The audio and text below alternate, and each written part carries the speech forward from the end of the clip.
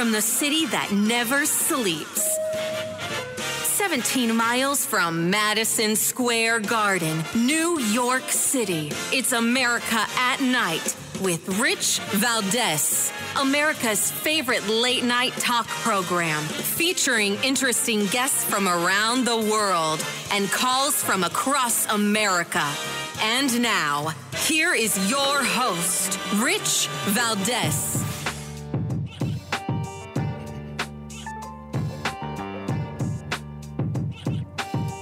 Hi there, good evening, and what's up, America? I am Rich Valdez, Valdez with an S, at Rich Valdez on all of the social media.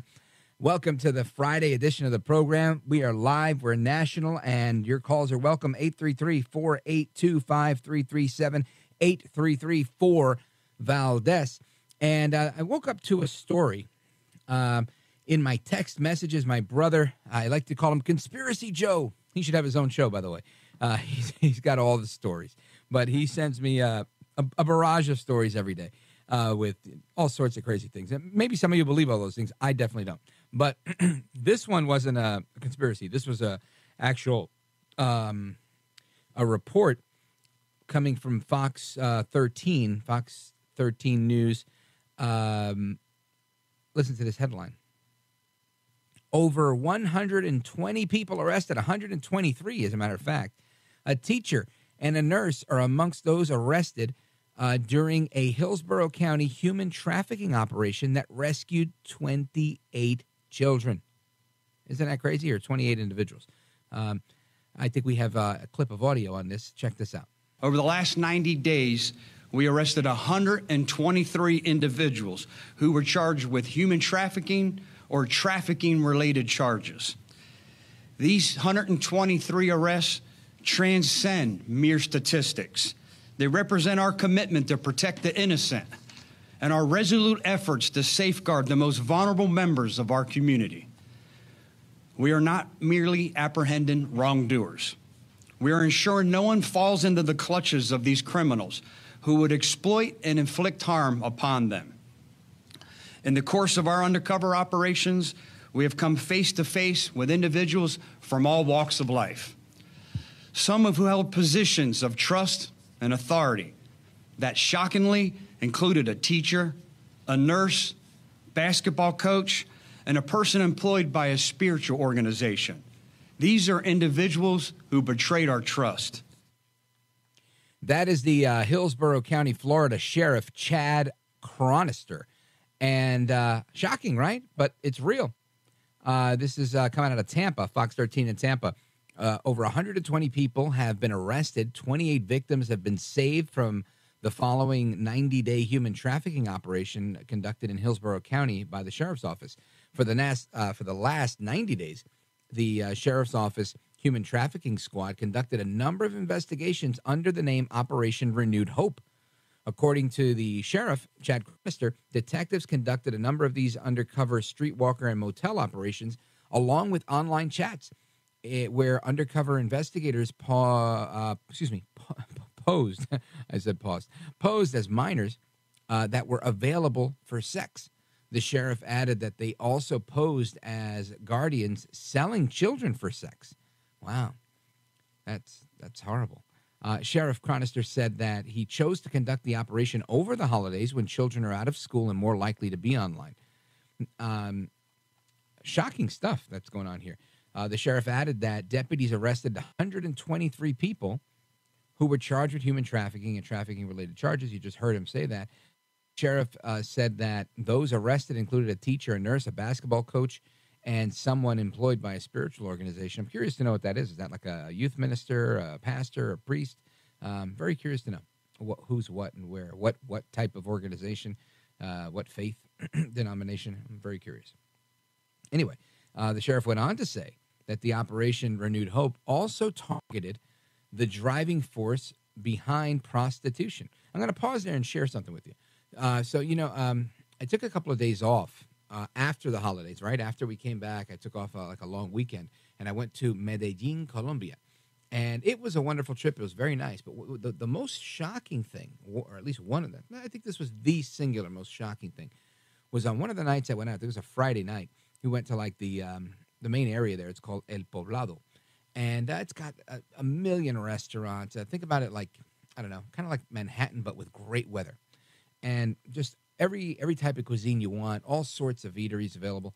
And there's also a ton of prostitution, like Vegas. But what was interesting about that night, and I had been out the night prior, and, I saw a few people, a few women of the night, if you will. But on Friday night, there were, or was it? Yeah, it was Friday night. I think it was a Friday. There were what appeared to me to be children younger than my kids. And again, my kids are 18 and 22. At one point, it looked to me like I saw a girl that was like 11 years old wearing very provocative clothing with lots of tattoos. And I was just like, oh, my God, that girl looks like she's 11, 12 at best. And in another situation, I saw a similar girl, probably a little older, maybe 12 or 13. But this woman was with a woman that looked like her, but older, which I assumed was her mother. And it looked like the mother was the manager. And I was really troubled by this. I was like, oh my God, I can't believe this stuff is happening. And after reading this, all I can say is perhaps they were conducting a sting of their own in Colombia. And that's why I saw that, because it just seems so out of the norm for what was going on in that area. And my hope is that was a cop, or that there was some sort of sting operation, because that was probably the single most horrible thing that I saw while I was there. Otherwise, beautiful place, lots of great food, everything's a good time. But that was just kind of like, holy crap. And I remember I got a tattoo while I was there, and I asked the tattoo artist, I said, I told him about it. I said, that's kind of crazy. And he said, yeah. He said, unfortunately, there's a lot of that here. There's a lot of people that come here for that. And I was like, oh, I didn't know. And he said, it is what it is. Sexual tourism is what he called it. And I thought, wow, I thought people only went to Thailand for stuff like that. So that is a thing, and I'm glad that this sheriff did this in Florida and was able to, put the smack down on these people. The sheriff went on to say Operation Renewed Hope also targeted the driving force behind much of this prostitution. And he suspects that the assailants, the suspects, know that what they were doing was wrong. Even a few of them that were arrested, he said they're seeing a trend, that they're dropping their cell phones. When they take their cell phones somewhere else, they try to get rid of it because they don't want people to know what's going on or what they're doing, like using burner phones, because they know what they're doing is wrong. And that is a huge problem. And it's just one of the many problems we have in our country, the voracious appetite for drugs. That's always the argument. People say, oh, there's a war on drugs. And people say, oh, if there was no appetite for drugs, there wouldn't be drugs. And there's some validity to that argument. And ultimately, all I can say is that's just one of the many problems that we have in our nation, right? And we have to continue to address these problems. Another problem that most of us have is when we go to the grocery store, we're getting less and less food and we're spending more and more money. And that's a problem that continues. So I want to get into that with one of our favorite economists coming up straight ahead. And if you want to join the conversation, feel free, 833-482-5337, 833-4-VALDEZ. This is America at Night with Rich Valdez.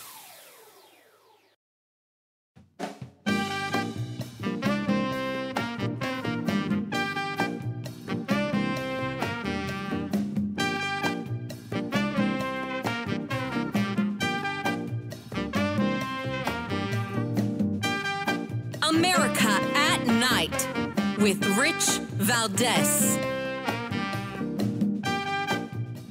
It's not just a border crisis. It is an economic crisis every single day that hardworking families are facing. Hardworking families right here in New Hampshire, hardworking families in my district in upstate New York, and hardworking families across America. Because of Joe Biden, Nancy Pelosi, and Chuck Schumer's trillions of dollars of reckless spending, we now have the highest rate of inflation, Bidenflation, in my lifetime. People are struggling to make ends meet. The economy has plummeted under Joe Biden's leadership. Compare that with President Donald J. Trump, the strongest economy we had had in my lifetime. We know that President Trump's strong economic leadership works, and we need to deliver that to save our American economy this November. And I know we can count on New Hampshire to get that done. Of course, that's Elise Stefanik, Congresswoman Elise Stefanik, Republican Conference Chair, talking about Bidenflation and the disaster that is the Biden economy. And some people think disaster is too strong a word because they say, oh, but the jobs are so strong and the stock market's doing really great. And then we see that there's plenty of corrections with the jobs reports, right? Lots of retooling of those. I think all but 1 month had to be adjusted. And with respect to the stock market, Jamie Dimon was saying some really interesting things the other day on how they've pumped so much money into these things that he's just waiting for that to kind of flatten out as well. But that remains to be seen. What we do know right now is that there's an Axios survey, Axios Vibes, actually. And listen to this. 59% of respondents felt angry, anxious, or resigned while shopping for groceries, with anger being the most common emotion. 72% of respondents also said that groceries are where they feel the most effects of inflation. Now, inflation has gone down in large part since 2022, where it hit like a 43-year high. But grocery prices are still significantly higher than they were before 2020, according to Fox News here. And based on the data from the Bureau of Labor Statistics, Americans must spend something like $125 for groceries that would have previously cost $100 in December of 2019. So I want to get to that and get a really good look at the economy with Vance Ginn. Vance Ginn is the former Associate Director for Economic Policy of the White House Office of Management and Budget. He's the host of Let the People Prosper podcast, and he's one of our favorites on this program. Vance Ginn, welcome back, sir. Hey, Rich, it's a pleasure to be with you. You bet. So I'm sure it comes as no surprise when you take a look at this Axios survey that says 59% of respondents feel angry when they go to the supermarket. I thought it was just me that felt that way, but apparently everybody else feels that way too. Yeah, I think that's right. I know I feel that way too. I've got 3 little kids, and man, it just adds up in a hurry. And it seems like it's hitting not only my family, but your family and so many other families across the country. But it's interesting because, President Biden will say, well, food prices are coming down. And, well, they're not coming down. It's just that the growth rate, the inflation rate, has what's called disinflation or moderated from the highs of where it was. I'm looking at the chart right now the BLS puts out, and inflation food at home is up 2.7%. Over the last year. Food away is up 5.2%. So if you're trying to go out to eat, it's really expensive. And so that 2.7% may seem like it's, moderating. It's not as high, but at the same time, it's compounding, right, Rich? I mean, it's been compounding over time to where people just can't keep up with, even as their wages may have been going up over the last couple of years. And that's the part that is rough for a lot of people. I know, and it's rough for me to reconcile it. I think, even if I earn more money, or I know people that are earning more money, they're not going on better and more robust vacations. They're not eating better. It seems like even though they're making more money, they're spending more money. And this, of course, comes to the chagrin of most people, where they're just like, this is not cool. I think Biden has kind of hung his hat on the idea that because he oversaw the policies that made inflation go up as high as it did, that while it may be trickling down from there and coming down, it's still not where it was. And it seems like that conversation gets lost on deaf ears. Why do you think that is? Well, you're exactly right. I mean, the real median household income, which is just takes median income across the United States, adjusted for inflation, has been down about $6,000. Since 2000. So that's not a good sign. And whenever you're looking at the inflation rates coming down, it really has nothing to do with his policies. It's in spite of his policies, really, because what he's done is continue to increase government spending. Congress, of course, passes those bills, but he's been supportive of that and wanted even more spending of his Build Back Better program that he got about, maybe 60% of what he wanted. So we could be even in a worse condition given all the stuff that he's wanted to put forward. But the Federal Reserve, right, they've been cutting the money supply. Their balance sheet's down about 13%. That's really why inflation is down. But they're still up 85%. Their balance sheet is up 85% by the Fed just since February of 2020, right before the pandemic. So there's a lot of inflationary pressures that are out there. We're just feeling, inflation is slowing down some because of what the Fed's doing. But I still think there's a lot of more inflation to come because of the bad policies out of the Biden administration. Right, and that's exactly what I'm talking about. These programs, the American Rescue Plan, Build Back Better, these things cost a ton of money. And there was already a ton of money that was spent at the end of the Trump administration because of COVID. Mm-hmm. So you put all that together and you've got a big problem. So my thinking, and I ask everybody, I try to get a sense of it, quantitative easing and the raising of interest rates and all this stuff that they've been doing. How much longer do you think this goes on for another year? Does it go on for another year and a half, 2 years? How much more? And what do you think the top line number is? I think we're at 8 or 9% for mortgage interest rates for for A paper. What do you think that looks like moving forward? Yeah, a couple of years ago, there was all this talk by a lot of economists and some of the talking heads that are out there saying this is just transitory inflation because it was supply side shocks that were supply chain disruptions from COVID and the lockdowns. And then once that all opened up, it was all going to come back. But I think you and I and others that were out there was like, no, this isn't going to just be transitory inflation. This is persistent inflation, given the amount of spending that happened really at the end of the Trump administration, but even put on steroids by the Biden administration. And then the Fed printing so much money. And so now we've seen interest rates, soar. You're right. The mortgage rates for depending on what type of credit you have could be 8% or more. The average rate has come down a little bit to about 6.5%, but that's still a lot higher than it was around 3.5% just a year and a half ago. Yeah. So we're looking at people in an unaffordability crisis in the housing market across the country. I live near Austin, Texas, in a place called Round Rock, and here the home values just soared, and people can't afford a lot of places to live. So not only is the food prices up, but your housing price, your mortgage is up. And gas prices are still a lot higher than they were whenever Biden came in. It's just one thing after another. And so my expectation is that we're going to see inflation start to pick back up, which it already is, and then that is going to contribute to the Fed not being able to cut interest rates this year, because there's some talk, Rich, that they would cut interest rates 3 times this year, put more money in the economy, which of course would be more inflation. So I can't see that happening anytime soon. Yeah, and that's a tough one.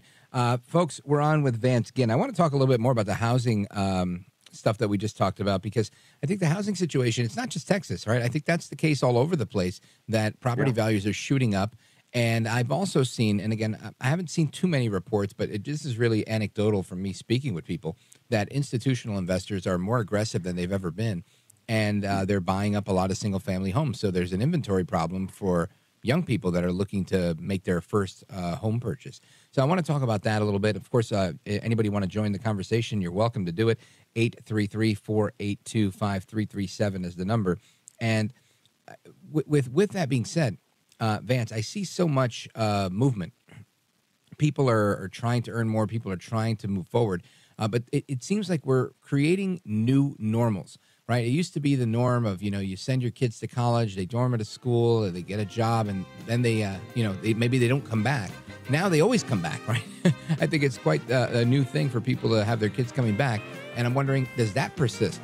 So we'll continue with all of that straight ahead, folks. The number 833-4-VALDEZ. The guest, Vance Ginn, former Associate Director of OMB at the White House. We're coming right back. Your calls and more with Vance Ginn. Don't go anywhere. I'm Rich Valdez.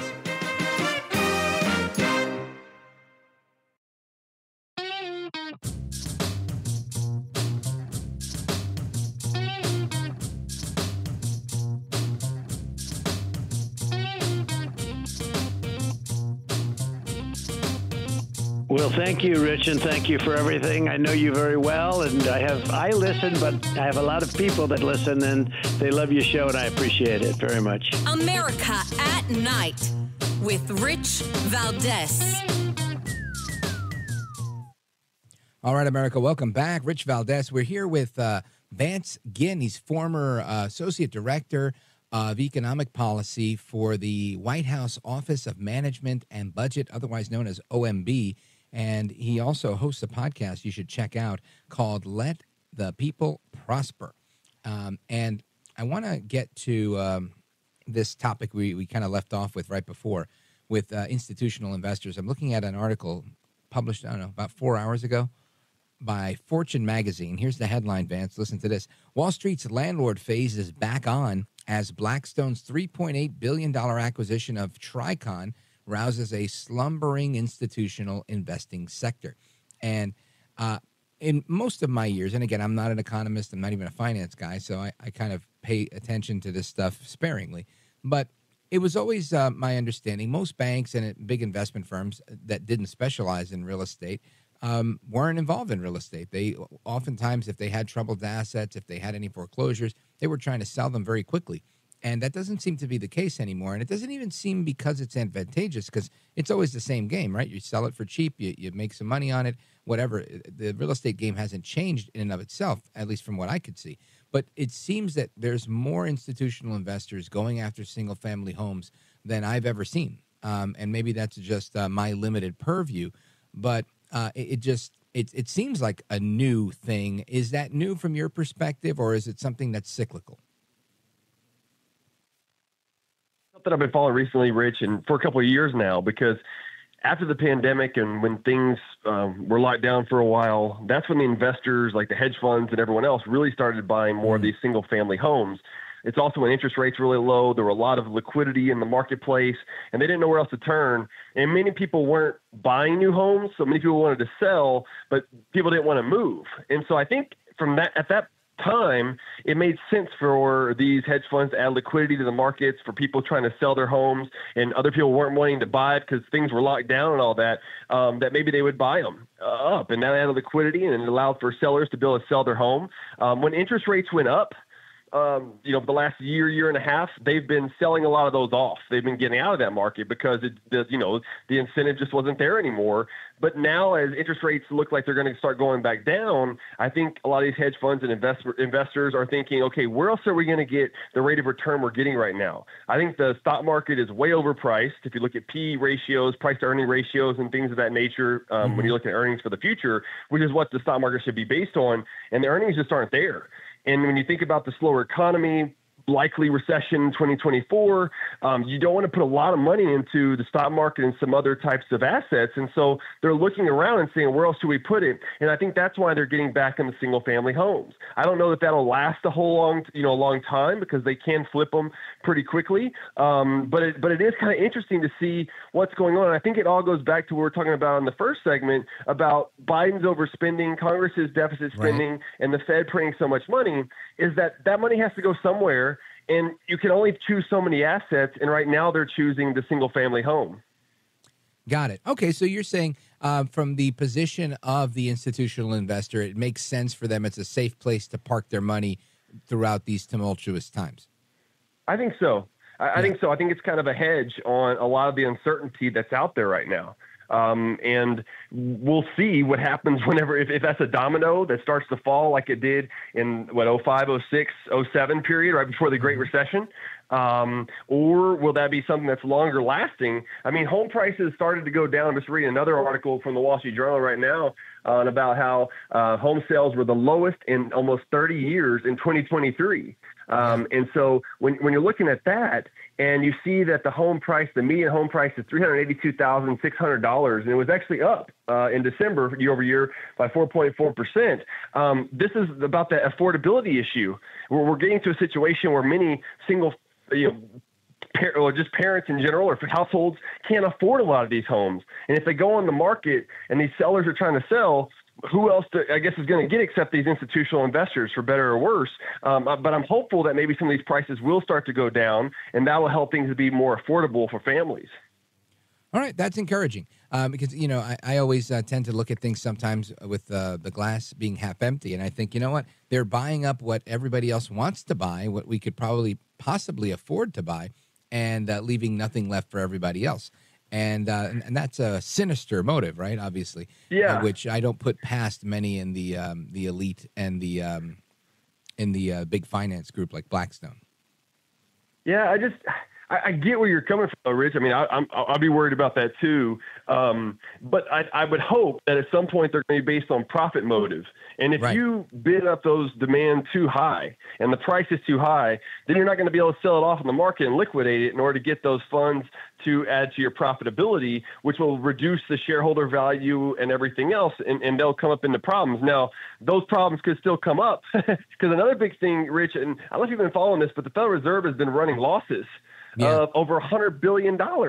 And a lot of that was based on loans that they've been giving out to financial institutions over the last few months since the Silicon Valley Bank last year and all those other failures to prop these banks up. And I think that's also contributing to these additional assets that they have now to go out there and, buy some more of these homes. And that's all going to dry up soon. And when that does, I think that's going to contribute to the recessionary pressures in a deeper recession than we otherwise would have.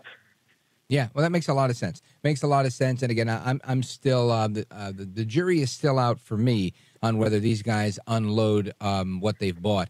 When Blackstone's buying, 38,000 homes, and they purchased another company that owned something like 26,000 homes. That's a lot of homes that they're buying, and it seems like they want to stay in the landlord real estate management business.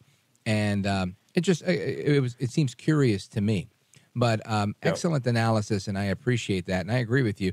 The fish rots from the head, right? It all starts at the top, and we've got to stop things in the White House and have a sound fiscal policy there in order to move forward. I want to continue with you for another segment. Vance Ginn, stick with us. And, folks, if you want to join our conversation, you know the number, 833-4-VALDEZ. Straight ahead, I want to talk about other aspects of the economy, plus your calls. Don't go anywhere. This is America at Night with Rich Valdez.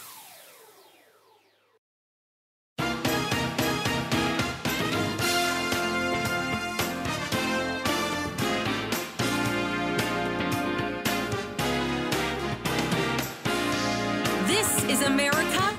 This is Night. This is Rich Valdez.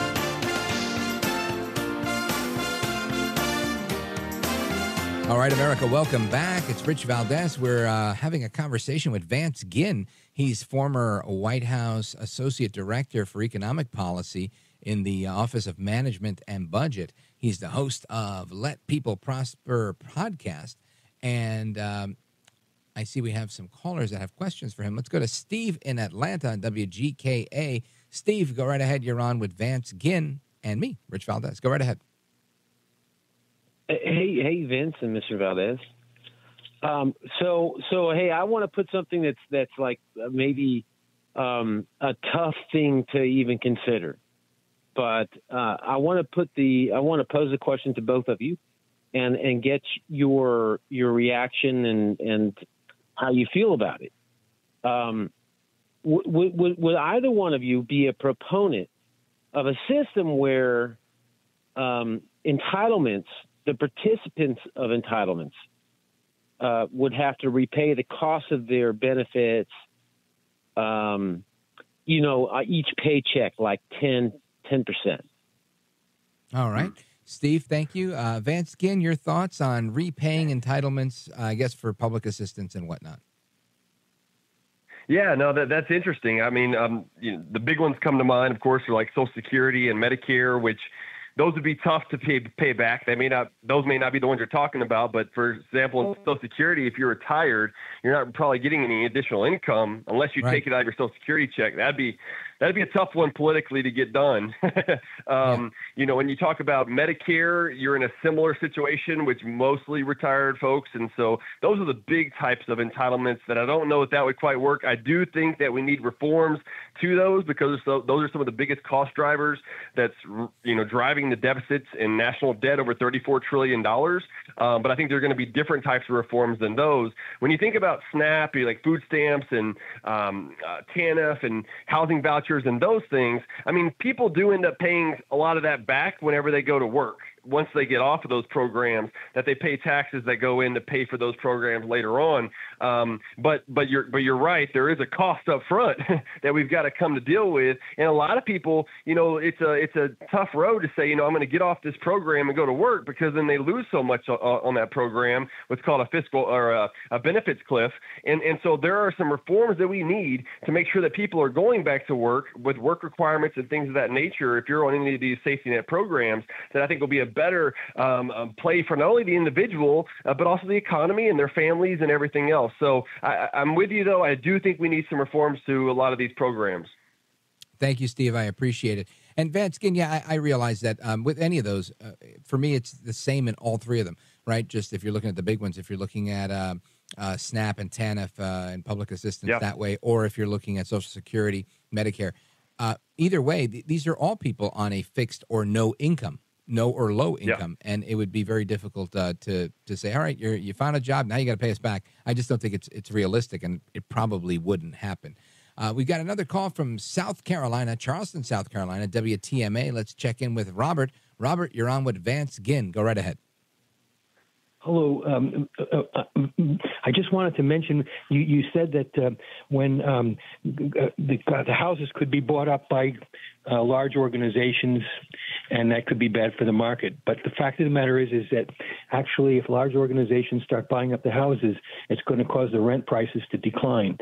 My feeling is that it's always better to leave the free market alone, and it'll take care of itself. The biggest danger is organized crime within government. And the only thing that government has to do, to some small degree, is make sure that monopolies don't get control somehow. I think you're right, Robert, and that makes a lot of sense. Yeah. The issue that I have with that is I've not seen an instance I turned 45 this year, or last year. I've never seen an instance of rent going down, ever. Vance Ginn, have you? No, it's typically not, right? I mean, we did see housing prices go down in 08-09 during the financial crisis. Some rents would have went down across the country, depending on if you could buy them or not. But it's few and far between that you see that happen. Yeah, and that's the issue that I see overall is people are buying or these institutional investors are buying these homes. And during the break that we were just on, I was just telling my my producer in the control room that I'm seeing things that, I don't know, 5 years ago were $1,100, $1,000, $1,200 that today are not even $2,200. They're like $2,800.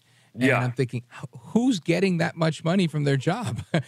Even if you make good money, you're not getting that percentage of increase to match what's going on with the housing cost increase. And then you throw in food inflation and everything else, energy inflation, or inflation overall, and it puts people in a position where you could make $100,000 a year and be broke all the time because it's just inflation, right? Dollars aren't buying as many goods. And that to me is a very scary proposition when it's actually, in my opinion, it's not the free market when it's the institutional investors buying up all the private homes. I go to Manhattan, and if I see a mixed-use property, an apartment building with a store downstairs and some apartments upstairs, I don't think BlackRock owns that, right? I tend to think somebody who came as an immigrant 50 years ago, maybe it's an inherited property, their children own it. That's what I typically envision in my head. But these skyscrapers and whatnot, of course, these are huge developments.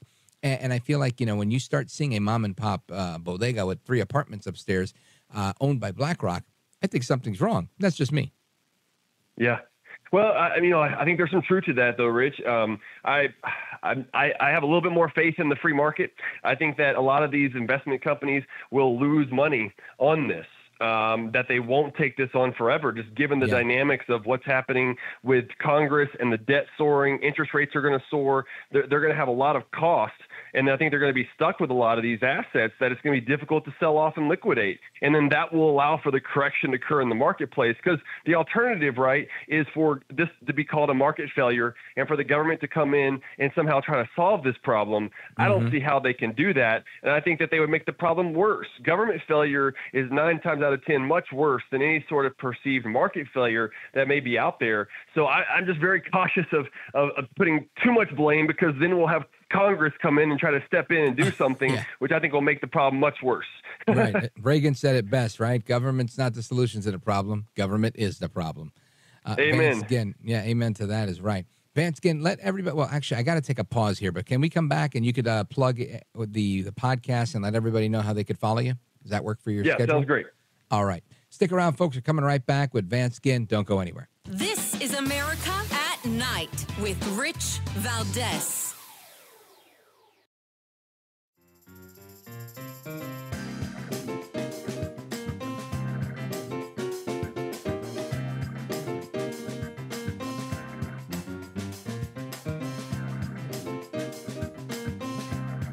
America at Night with Rich Valdez.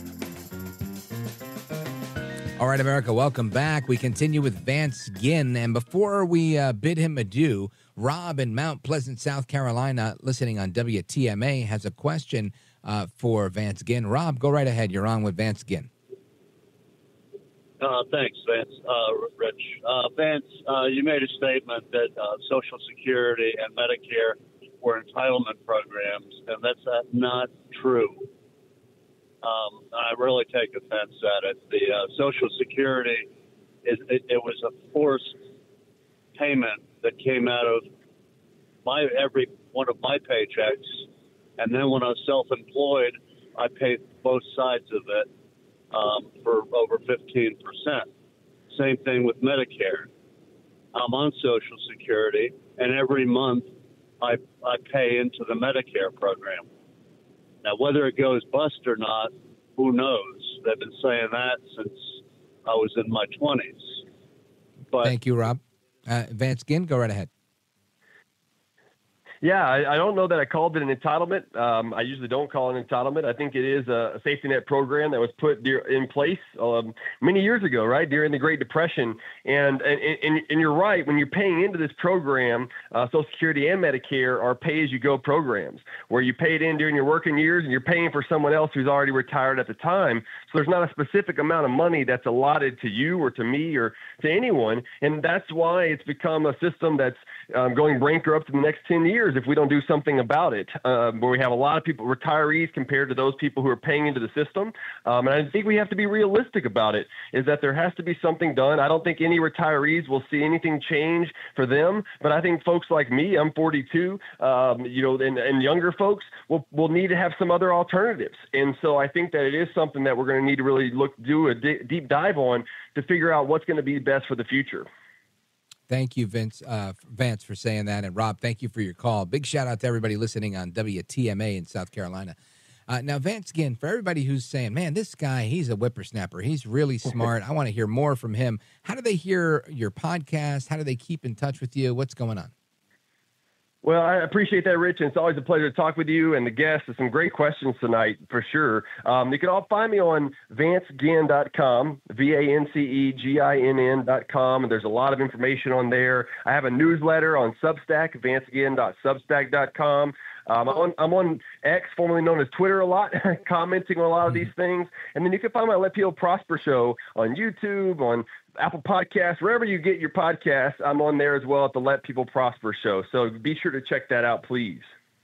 Outstanding. I highly recommend Let People Prosper because who doesn't need to learn a little bit more about the economy and economic policy from somebody who was the Associate Director of Economic Policy at the White House? Vance Ginn, you are a gentleman, a scholar, and a patriot. I'm very, very thankful that you came on the show with us tonight and stayed up late and it sounded like you had your coffee, so you weren't snoozing, you weren't snoring. You were up to the task, and I appreciate it. All right. It's been my pleasure. Have a great night. You too, man. Take care. Have a great new year. All right, folks, we continue with your calls and more and additional conversation. We're going to talk about some of what's going on. There's been some developments. There's been an indictment filed against Alec Baldwin. I don't normally talk about Alec Baldwin because his brother Steven's actually a friend of mine, and I try not to get involved in that stuff. But this was a big story today, so we'll discuss that. And we're also going to talk about some of the things going on in popular culture. It's Friday, and I want to let my hair down a little bit, if you will. Plus, we're going to talk about mental health and the journey to joy. All of that is coming up straight ahead. Plus, your calls, Open Phone America, at the top of the next hour. So listen, don't go anywhere. Keep it locked right here. I'm Rich Valdez.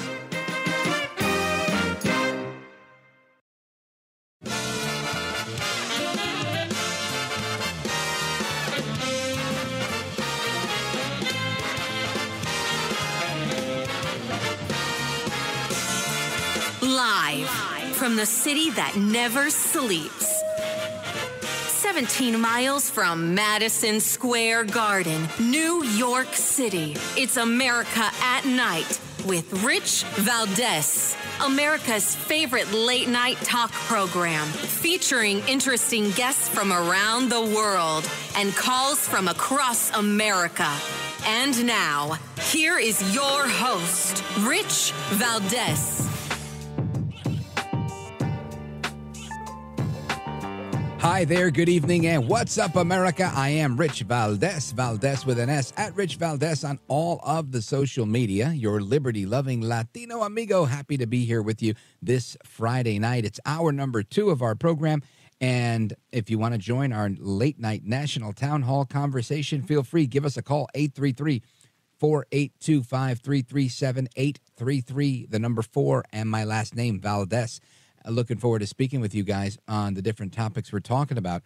Right now, I want to give you a couple of headlines. Joe El Baboso Biden, has canceled $5 billion in student debt for 74,000 borrowers. Now, again, this is something the Supreme Court said he couldn't do. He figured out another way to do it, and he's doing it. Now, I'm going to admit to you that I think this is a bad idea. This is not good, and it's also not fair. However, caveat asterisk, I hope I'm one of these 74,000 people because I have some student debt. And if you're going to make a stupid move like that, Joe Biden, please include me in it. Anyway, another headline here. Hunter Biden's art career. Folks in Congress and others are saying that this has all of the classic earmarks of a Biden family influence peddling operation. We'll get into that a little bit more in the next hour.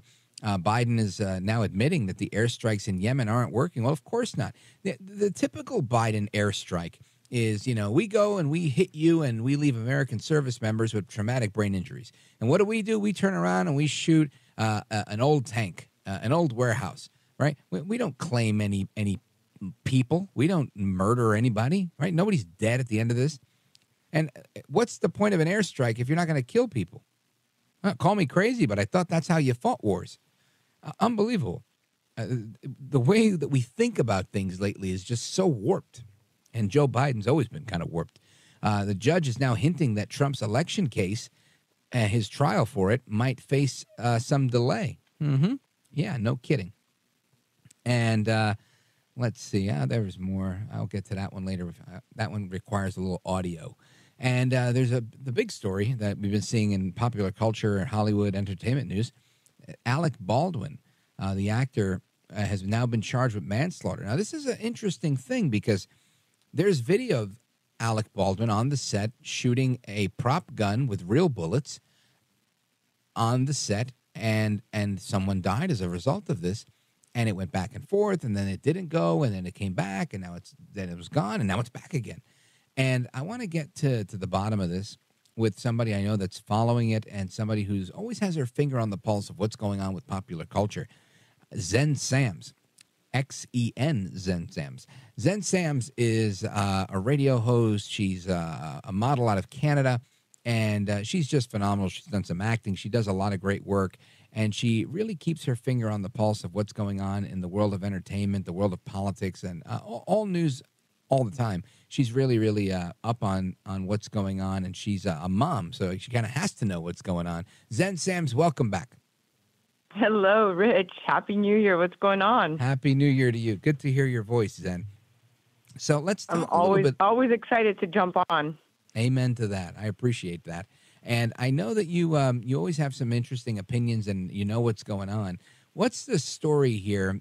What's your take on this story with Alec Baldwin and these charges that have been filed against him, this indictment for manslaughter? So let's start from the beginning for those unfamiliar with the case, right? But this is a tragic turn of events because Alec Baldwin now faces this involuntary manslaughter charge for the shooting death of cinematographer Halyna Hutchins. It's the Rust cinematographer. But a grand jury has indicted him.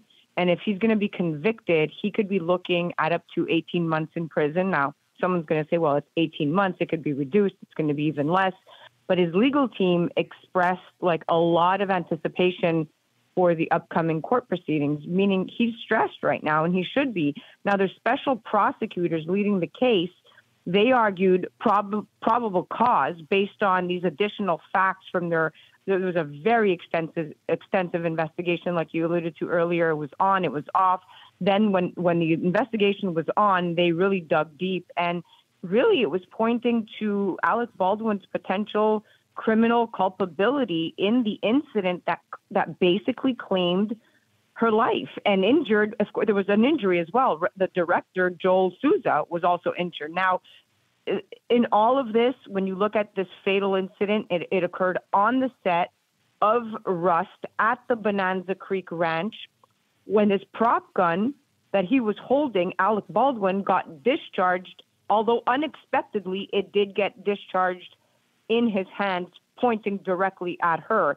And despite the repeated claims of he saying, I didn't pull the trigger, the legal aftermath it's been very complex. Lawsuits were filed, criminal charges were initially made and then later dropped, and then various allegations surfaced and then resurfaced. And among them, the film's armorer, Hannah Gutierrez Reed, she faces charges of involuntary manslaughter and evidence tampering. She pleaded not guilty with her trial scheduled for last year, but it kept getting pushed off. Now, we have to keep in mind that the film's assistant director, David Halls, who is the one who handed Alec Baldwin the gun, he reached a plea deal for negligent use of a deadly weapon, resulting in a suspended sentence and 6 months of probation. And, of course, this movie eventually resumed filming because they couldn't lose their money. They had to continue filming it up in Montana, and it concluded production in last May. But the legal saga really is just it's unfolding, and it's a film within a film. And the film industry is still grappling with the repercussions of this tragic on-set incident that really has left a lasting impact. And there's going to be revisions on controls and regulations on how these armors are really, securing their set. There's also rumor that the armorer, this woman, Gutierrez, that she was on set drinking and as well as doing marijuana. So again, I don't care what people do recreationally, all for having a drink, but not on the job, not when you're handling a gun. So yeah, there's a lot of complexities here, Rich. Very, very interesting stuff. We'll keep our ears open to see what else happens with these developments. Folks, you're listening to Zen Sams, our guest. You can check her out on social media at Zen Sams, XENSAMS. And we're coming back to continue our conversation with Zen Sams straight ahead. Plus, if you want to join the conversation, feel free. 833-482-5337. We're going to talk a little bit other stories that are going on in pop culture straight ahead. Don't go anywhere. This is America at Night with Rich Valdez. Call now, 833-4VALDEZ. That's 833-482-5337. 833-4VALDEZ. That's Valdez with an S.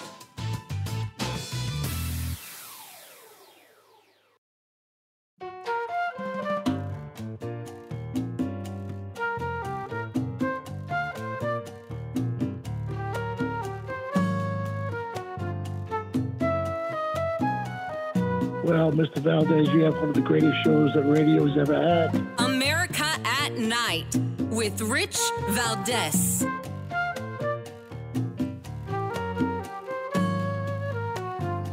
All right, America, welcome back, amigos. And we continue our conversation with Zen Sams. She's a radio host out of New York. She is an actress. She's a model. She's a super mom, really terrific person all around. And I'm glad she's with us. Of course, if you want to join the conversation, 833-4VALDEZ is the phone number. And as you guys know, I went to Medellin, Colombia, just a week ago or so, and a beautiful place. And there's a lot of the historical parts of any tour that you go on involve mansions that were once owned by the late Pablo Escobar, or different things that have to do with Escobar. And anybody who knows the name Escobar knows that there was a woman that kind of preceded him named Griselda Blanco. And it so happens, probably the AI inside of my streaming service, but I just started watching, as everybody knows, and if you don't, I'm going to break the news to you now. Because I follow so much news during the week, and we have these, loaded conversations on war and inflation and all these things, I find whatever the silliest reality television show series I can find, and I binge watch that stuff all the time to clear my mind. Right? That's what I do. So I was watching my favorite, which is Jersey Shore, Family Vacation, and it said, it suggested this show called Cartel Crew.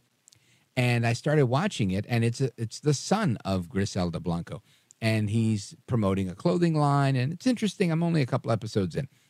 It's kind of like white noise most of the time. I'm not intently watching it, but it was interesting. And then I saw this story that Sofia Vergara, she's the mom from Modern Family, and she's an actress. You've seen her, I'm sure, in a lot of different films and television shows. She's being sued by Griselda Blanco's estate, by the family, to stop this Netflix show that's involving her story or whatnot. And I don't have the scoop on it, but I know that Zen Sams does. Zen Sams, tell us what's going on. Oh, boy. There's never a dull moment in Hollywood. And just when you think you're going to leave a legacy and tell the story of Griselda Blanco and Sofia Vergara signed on with bells on, well, now it's kind of flipped, turned upside down. She's facing legal action from the family of Griselda, the infamous Colombian drug lord, over this upcoming miniseries that's titled Griselda, right? So already it's titled Griselda, but you have to understand that it's public knowledge. Everybody knew who she was. You can take this stuff off the internet and you can make anything you want into a TV series. So that's something we should all keep in mind before we, go down this rabbit hole of legality. So the family representing Blanco's estate filed this lawsuit against Sofia Vergara and Netflix, alleging unauthorized use of their family's image and likeness. All right, fine. I mean, that's a stretch for me coming from, living this industry every day. And her son, Blanco's son, claims that he provided interviews for a potential production of his family's story, and he's accusing Netflix of incorporating these materials into the show without proper compensation. So it's one thing to have public knowledge and to go out there and to make a story and a series based off of that public knowledge off the internet. And then it's another thing to have proprietary information as a studio by somebody that came in, a family member, like in this case, and then to exploit that unauthorized, uncompensated in an upcoming Netflix series like this. So that's what he's alleging. So it's going to become a little bit sticky.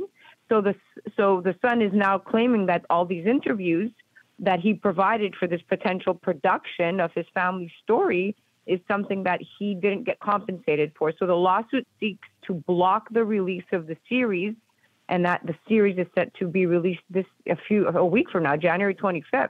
Now, is it the same son from the show I watch, Cartel Crew? Is it Michael Blanco, or is there a different son?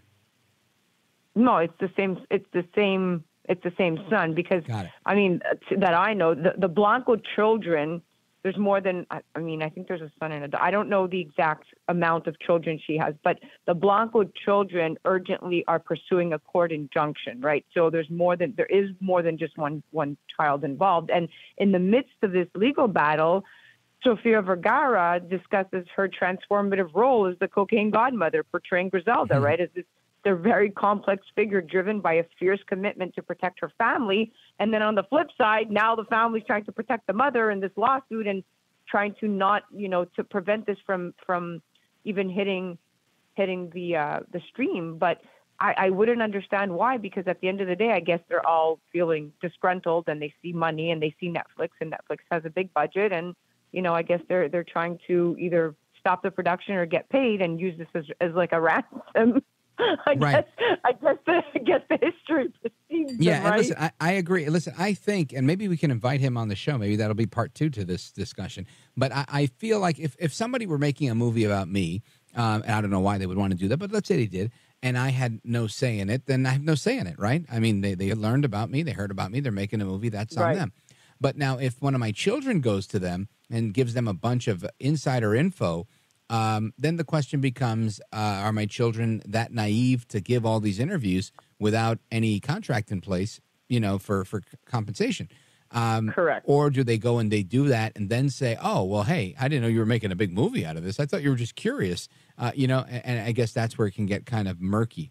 But interesting to see how this is unfolding, because ultimately, it looks like it's going to be a good program. I think everything on Netflix that has to do with narco trafficking, like the show Narcos or La Reina del Sur, the Queen of the South. I mean, all those shows seem to be really hits. They're always in like the top 10 of Netflix.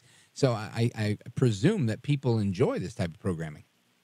Yeah, they do. They do. They're big hits. They're very big hits. And this is why her family is seeing dollar signs, So if there wasn't the proper compensation to begin with Netflix compensating her estate and the children, I guess now the children are feeling like, well, wait a minute, you have a budget to pay all of us. You're making the story about her portrayed by one of the biggest movie stars in the world.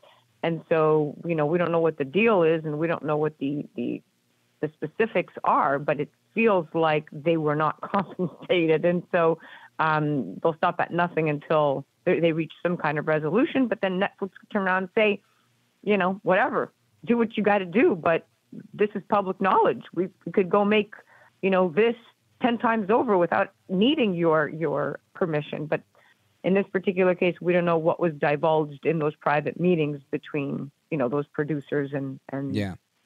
And now, Blanco. Zen Sams, before you go, I want to make sure the audience has an opportunity to follow the work that you're doing, and let everybody know how do they check you out? How do they follow you? Give them the scoop. Well, you can definitely check me out every Saturday night on 710 WOR, the Voice of New York iHeartRadio, from 9 to 10 p.m. Eastern. We cover the tri-state area. And then you can also check us out on Kathy Ireland's Your Home TV platform. You can head directly to our channel there at mox.yourhometv.com. It's free programming. We stream the entire week. And then we're a social media interactive show all over the gram and social media. You can follow our show directly at Zen Sams with an X, not a Z. And yeah. Now, what's on the agenda for this week's program? I know you always have some really hard-hitting topics. In this particular case, so tomorrow night, we have a whole bunch of lineup. Let's see, what's my lineup tomorrow night? I have to go check these things because, of course, we've pre-taped this. So tomorrow night is episode 146. What do we have here? We have Dr. Goldberg in the Going Deep segment. We're discussing the latest in therapy for the skin, advancements in laser treatments and aesthetics, what carbon dioxide therapy means for the skin. And that's actually an interesting thing. If you're talking about trending things for the skin, carboxy therapy was the number 3 skincare trend in Q4 of 2023 coming into this year. And it's basically don't give it all away. Let people tune in, right? They've got to know what's going on. Check out Zen Sams, folks, at Zen Sams on all of the social media. Zen, I want to thank you for being with us tonight. You are always terrific. Godspeed to you, my best to the family, and hope to talk to you again soon. Thanks, Rich. Have a blessed night. You bet. All right, folks, we're coming right back with the rest of the conversation. Don't go anywhere. I'm Rich Valdez.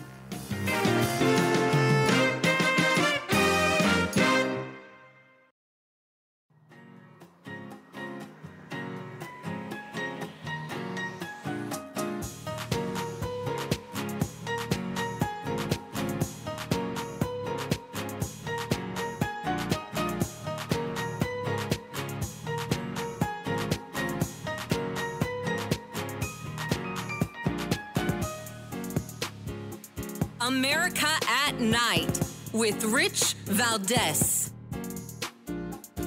All right, America, we continue our discussion, now focusing on mental health. I like to talk about mental health, relationships, all that stuff, because secretly, I always wished I could be Frasier Crane. The TV show Frasier? I always wanted to be a shrink on the radio. I thought that was such a cool show.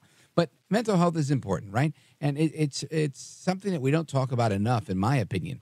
and we have to shed some light on it. But in particular, our next guest, Lisa W. Miller, she's a nationally known researcher and the author of a book that's called The Business of Joy. I want to talk to her about this because I believe that joy is a key component of life, right? And it's one that's fleeting for me. I'm not always joyous. I don't always focus on joy. I'm not always grateful for the abundant blessings that I get to experience. And sometimes I get caught up and I have to remind myself and check myself and realize that, our happiness can't always be tied to the things that occur around us. But that true joy is this feeling that kind of comes from within when you realize you've chosen to be joyous, that you're joyous in who you are and what you are in your circumstance. And I think there's also not enough conversation about joy. So I thought when I had the opportunity to do this interview, I said, yeah, we definitely got to do this interview. It sounds like a great conversation to have. So I want to welcome Lisa W. Miller. She is the head of lwmassociates.com, and you could get her on Twitter as well, at LWM Associates. Lisa Miller, welcome to the program. Hey, Rich. Good to be back. Amen to that. And I want to talk a little bit about this because the federal government, they have their New Year's resolutions on building good mental health habits, and those are always advisable and things that are really good to follow and do. But I want to talk about your book as well. And the good news is we have 2 or 3 segments to do it. So we're going to be able to dig into everything. So let's start with what people, it's still January. We're a little bit more than halfway through the month. What should people be focusing on now that, new year, new me? What are some of these mental health resolutions or good habits? Well, what's interesting, Rich, is that when I do these surveys, regularly, been doing them since, March of 2020, and when I asked this year about New Year's resolutions, not surprising, things like lose weight and exercise, save money, those are all things that are, of course, going to be on the list. But I wanted to ask a different question just to be more in line with what's going on in the world. And what was so interesting was that over a third of Americans really said their New Year's resolutions are going to be around practicing self-care, literally finding more joy in their lives and being present and not distracted. And so I think those 3 things combined just really show the fact that, coming out of the pandemic, we all sat home, we've been isolated and, loneliness is really high. And we're realizing that we need this joy in our lives, to find, some joy and peace and happiness. And it's showing in this data. Yeah. And, it's a really good point you bring up. I believe the name of our Surgeon General is Vivek Murthy. And earlier, or I should say late last year, I think the fourth quarter last year, he announced that loneliness had reached epidemic proportion. And this is something where I think, I didn't realize that that's a thing. I understand that it happens to people, and I realize it in my own life that, during the pandemic and even post-pandemic, there's a lot less people just in general. People are hiding, more people are working at home. I have a studio that has very few people that even work in that studio. Plus, I have a whole remote studio in my house. So I realize that I see a lot less people as a result of the pandemic as well. And for many, that can be detrimental. And there's a need for that. So what are some of the tips to promoting self-care in the areas that you mentioned? Well, one thing I want to comment, just building on what you were just speaking about, is that Dr. Murthy, actually in 2023, built on that research that you just mentioned. Mm-hmm. But what he was talking about is that just this isolation and that loneliness is such an epidemic, but it actually can increase, if you're lonely, isolated, it can increase your risk of heart disease and stroke. And so the way because I always like to see life through joy, it's that when we have the social connections, it's actually not only good for our heart, kind of literally, but it's figuratively and literally. So being lonely is bad for our health. And that was kind of shocking data that just came out not too long ago. But when it comes to, how do you find these little moments of joy? I loved your setup when you talked about, joy really is a choice. And there is this recent study that says if you find if you can today commit to little micro moments of joy, that can improve your mental health and well-being and just how you feel each and every day. I'm going to give you 2 examples that I think are kind of fun.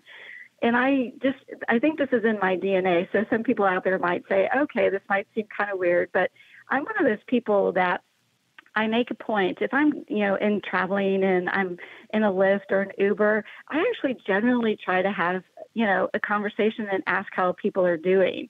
The other day, I even talked to a delivery driver of food. Like, how many of us at the, if you do drive DoorDash, you just have them leave it on your porch. I actually talked to the people. And this one gentleman that I talked to, and I was in Atlanta that time, and he was so grateful, Rich, that I took the time to notice him, to see him. And so it makes us feel better when we connect with people, and it makes the person we're connecting with as well. So one little thing is, in your day, find somebody just to smile, have eye contact, even just a simple nod, a simple acknowledgement, I see you. It's crazy how even just that little thing can make us feel better. And you're right, we're sitting at home where we can do everything from our sofas now. And I think that's bad for our mental health.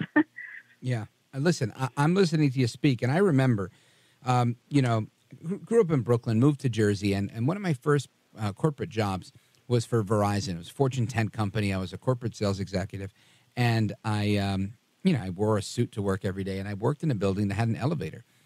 And I remember one of the weirdest things in that job was being in Manhattan all the time and being on elevators, or sometimes even the subway, with people that were complete strangers, and they were literally, in some cases, on top of me, like sardines. And right. I found it so odd in my 20s, right? But I became very used to that. So here I am now, I'm 45, and I'm entirely comfortable being in a subway, being in an elevator. I don't have to say good morning. I don't have to talk to anybody. I literally walk through life as if these people are just, part of the decoration. And when you were telling me the story about talking to the DoorDash person, I was thinking to myself, I wonder, A, how it changed for me. I think I just got used to the norm in New York City.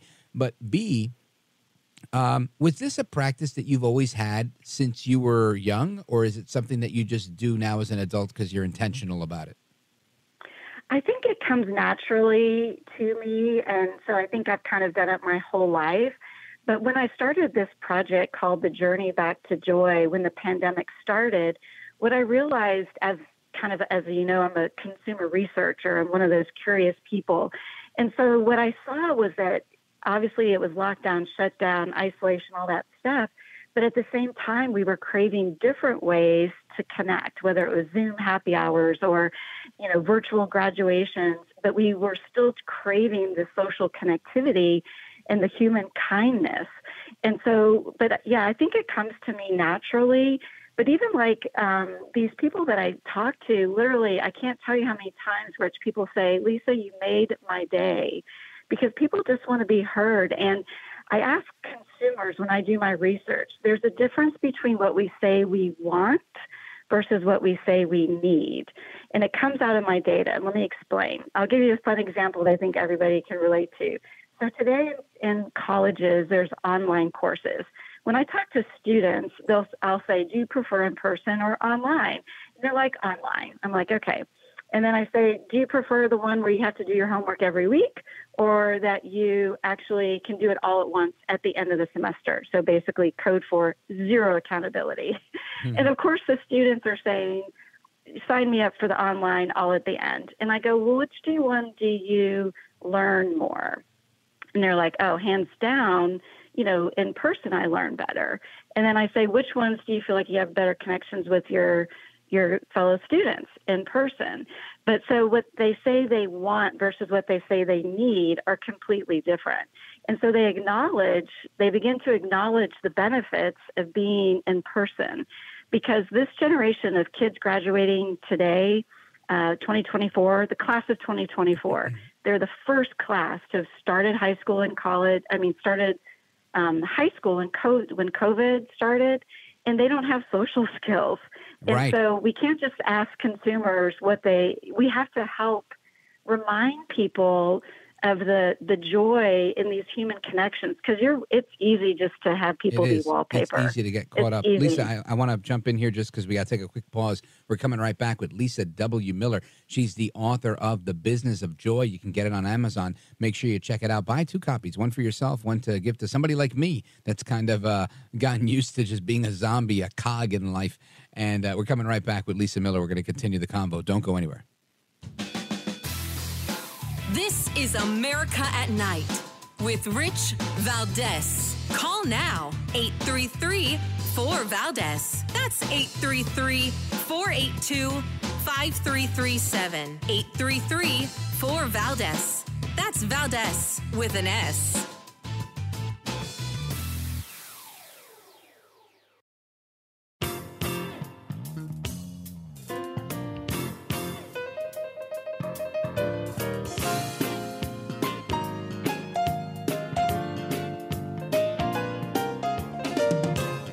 This is America.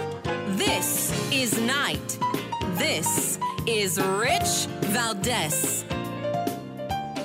All right, America, welcome back. We continue our conversation with Lisa W. Miller, nationally known consumer researcher and the author of the just-released book, The Business of Joy. I recommend getting 2 copies, one for yourself, one to give away on Amazon.com. And Lisa, before the break, we were talking a little bit about this process of people becoming reconnected with joy in many ways as a byproduct of seeking good and healthy mental health balance in life. And you talked about practicing self-care and finding more joy in your own life, focusing on being present and less distracted and reducing screen time. And I think those are all good things. And then, we commit to them, or at least we want to commit to them, but then not so much, right? We don't do it. We don't follow through. And we were talking about how to go from being, a busy hustle and bustle New Yorker to being somebody that's a little bit nicer, that acknowledges people and is a little bit more friendly. So let's pick up there. Sure. Well, one other thing I was thinking about. So, we were talking about the Uber drivers and just even the DoorDash. I even my UPS driver, his name's Juan. So, we're fast friends now. When he delivered my books, when they drop off 700 books to your house, and you get to know a guy, the UPS guy. But the point is that when you talk to people, like I said, people want to be seen. And so I encourage everybody out there is find these little micro moments of joy and just do it a little thing every day. Make a choice to find a little bit of joy. The other example could be, I'm actually a rower, and it's not on the rowing machine in the gym. I'm actually on the water in a boat rowing. And, when you look at the sunrise in the morning, we have to get out there at 6 a.m. It's finding the pause in your life. One of the things that happened during the pandemic is half of Americans today, Rich, are saying, I have to reassess my life. The pandemic changed everything. We're reprioritizing how we spend our time, but yet sometimes we never look up. So find that little moment in your day. It's maybe it's a ritual and routine, but look at it in a different way and find that little moment of joy, whatever it is. I posted about it the other day, and I posted a really, if you go to my LinkedIn or even TikTok, a beautiful rowing little clip, and people are like, oh, that reminds me, when I play golf, it's great.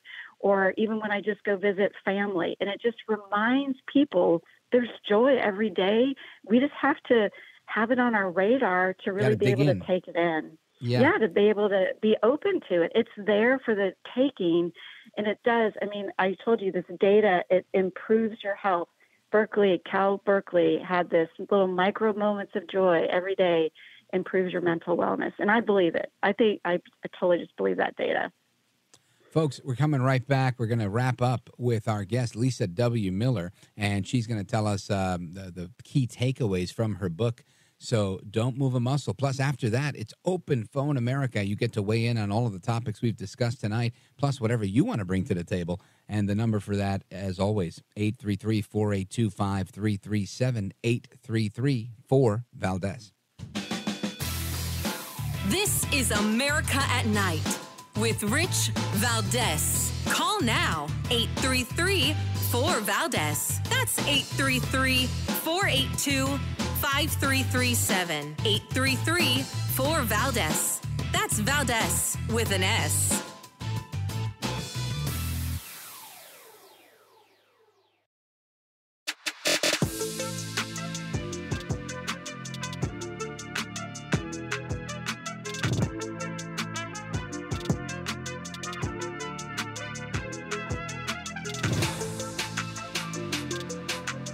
America at Night with Rich Valdez.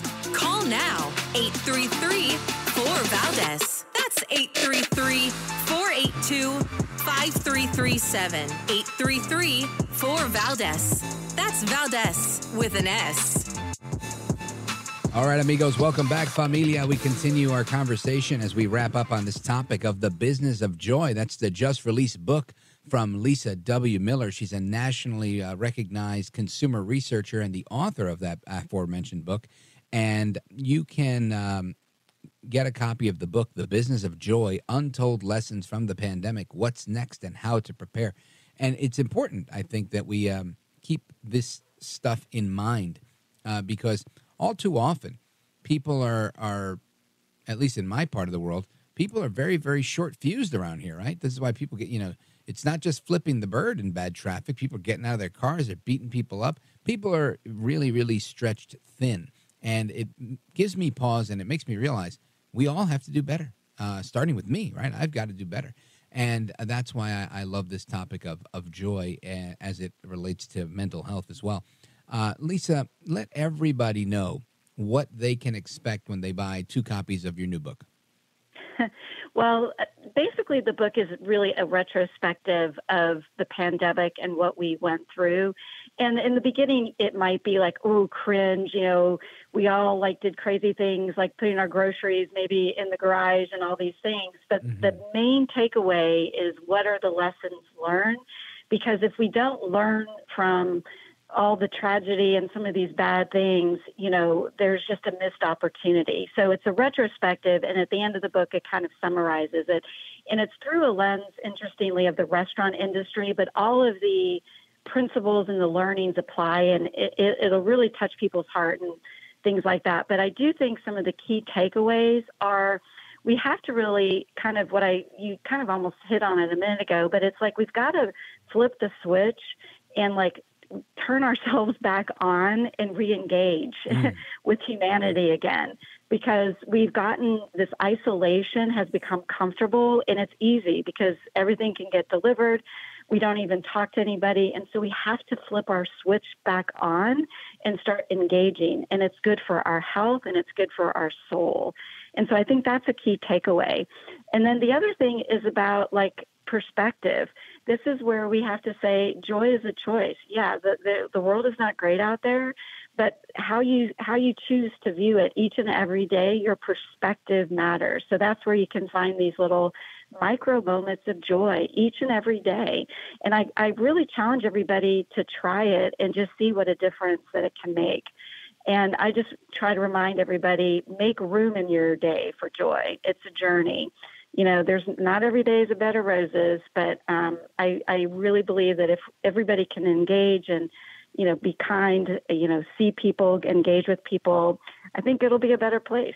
How do people find you? What's the website for you, and how do they get you on social media?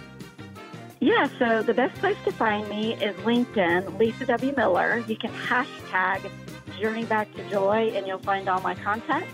And the website. Excellent. Lisa Miller, thank you so much for joining us tonight. Folks, we recommend you get the book, The Business of Joy. And straight ahead, it's Open Phone America. Coming up straight ahead, 833-482-5337, 833-4-VALDEZ.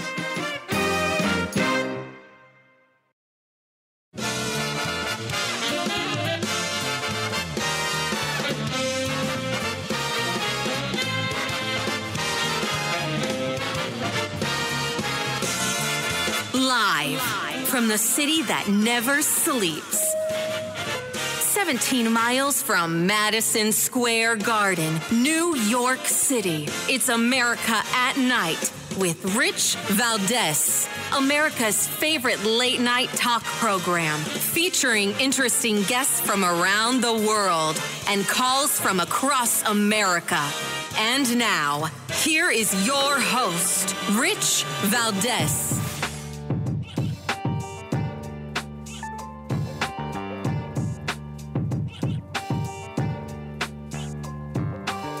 Hi there, good evening, and what's up, America? I am Rich Valdez, Valdez with an S, your liberty-loving Latino amigo. Happy to be here with you this Friday evening. It's hour number 3 on this program. The third hour of the program is a time-honored tradition known as Open Phone America. Now, Open Phones Across America is a tradition that was started by Larry King back in 1978. That is literally when I was born, and continued by the late, great Jim Bohannon for 3 decades, and continued by you, the listeners that call this program tonight with me. So we're going to continue that tradition and enjoy that. I love speaking with people all across the country. And there's a bunch of things that we're talking about, right? I mentioned some stories earlier. Let me see. Where are the stories that I talked about? Biden admits that the airstrikes in Yemen aren't working. He's also admitted that the border isn't secure. And this is probably the most interesting one, because he's usually saying things that are to the contrary of that. But we have some audio of Joe Biden making such an admission. Listen to this. I love how he's turned on, and Biden's for a free and open border. Just tear down everything. Let everybody come. No restrictions. Well, I used to be a bipartisan in this country, and it should be one again. I've been clear from the very beginning. The system is broken. My first day in office, I sent Congress a comprehensive plan on immigration reform. My friends on the other side have done nothing with that. Over and over, I've asked for resources to step up action at the border. In October, I asked Congress to fund for funding that would add another 22,000 additional border agents and officers, hundreds of new immigration judges to make the judgments on the spot, a new detection equipment to stop fentanyl from coming into the country. And by the way, I've worked with China and Mexico to slow the flow of fentanyl in the United States. As I speak, it's way down. Yeah, so let me be clear. My team has been at the table for weeks now with a bipartisan group of senators to negotiate a deal, including border, because I believe we need significant policy changes at the border, including changes in our asylum system to ensure that we have the authorities we need to control the border. And I'm ready to act. I think, God willing, and the creek not rising, as my grandpop would say. I think next week we ought to be able to work out something, at least in the Senate. And I'm hopeful it's going to be the bipartisan package the Senate is going to pass, God willing. Now, the question is for the Speaker and the House Republicans. Are they ready to act as well? They have to choose whether they want to solve a problem or keep weaponizing issues to score political points against the president. I'm ready to solve the problem. I really am. Massive changes. And I mean it sincerely. Now, listen, when Biden says that he's been working with China, we know that, right? They didn't call him Beijing Biden for nothing. The question is, he's going to do anything about it? This, to me, sounds like he's not going to do anything about it. And this is election year rhetoric. So, I've been saying from the beginning. No, you haven't been saying from the beginning. I wish I had a little bit more time to pull a bunch of clips of him talking about, you gotta let him become the American dream. I've heard all his stories. He's a fake, he's a phony, he's a fraud, in my opinion. I don't think Joe Biden's telling the truth here. But I want to get your opinions on this immigration story, as well as the economy that we talked about earlier and how groceries are affecting you. We had a conversation about Alec Baldwin and indictment against him. I want to get some thoughts on that. And we talked about joy and the importance of joy as it pertains to one's mental health. And I think that's also very important, and happy to talk about that with you all as well. So we're going to open up the phone lines. 833-482-5337. 833-4-VALDEZ is the phone number. Let's see. I see calls coming in from Idaho, from Michigan, from Minnesota. And let's see where we go from here. Let's go to, let me see, who is first in line. Let us go to Wayne. Wayne's in Bonners Ferry, Idaho, listening on KBFI. Wayne, go right ahead. Ricardo Valdez, it's a pleasure to speak with you. Oh, thank you, Wayne. And I would like to weigh in. No, very much so. We're both in the entertainment industry, and I spent 43 years in the trenches of the film business. Wow. And it's been great, and I've enjoyed it very much. And I have to tell you that Alex Baldwin, he's a liar. I don't know if I can say that, but now that I've why do you gotten say out of that? the business, well, because first of all, he was the executive producer on that film, and that's the backstop. The vetting that goes on to hire these people that are in charge of these very important departments. And I have to say, the head of every department in a film or even a television show is very important because it's a dangerous business, all right? And when there's gunplay of any kind, this requires the highest level of competence. And the vetting that would go on to weed the people out that shouldn't be doing this job, you're never going to have a problem like this on a Clint Eastwood movie. I mean, God bless him, he's gone now. But or Keanu Reeves, they don't take a chance. They hire the people with the most experience, which, of course, are the most expensive people. And he was cutting corners on that film. Just like happened on The Crow with Brandon Lee, we took a shot in the face from that. All of us below the line. When I say below the line, that's everybody who's the crew that isn't in the beginning credits of the movie. You know what I mean? We're the worker bees who are down there, and we make a mistake down here, we never work again. A mistake like this costs us our career. And so these people are very careful. So when you hire somebody to be in charge of your gunplay on a film or a television show, they're taking this very serious. And when we go to the point where we're handing, I don't care who it is, it could be a B-level actor, a C-level actor, or an A-level actor. Guess who's in charge at that point? Well, that prop person or that armorist is now in charge of that set over the director in many ways, and in charge of the safety that's going on there, and overseeing the fact that training has gone on generally an hour before or so before that to make sure they're familiar with this.